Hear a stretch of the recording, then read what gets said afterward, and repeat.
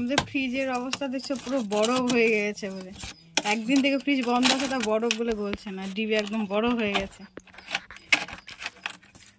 আমি ছুটাচ্ছি,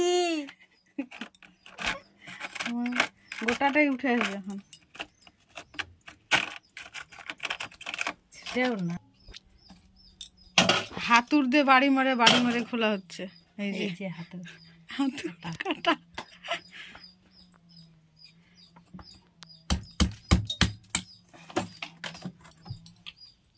পুরো গ্যাস হয়ে গেছে।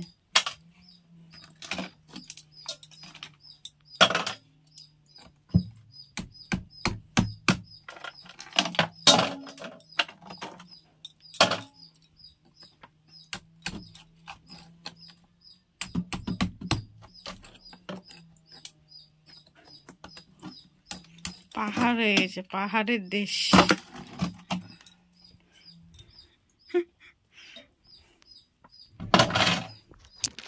আইসক্রিম। কে কে পাহাড়ে যাবা আসো, পাহাড় দেখবা। তুষার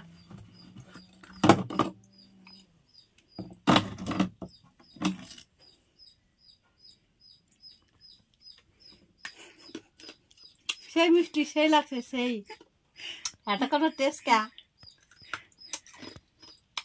সেই সেই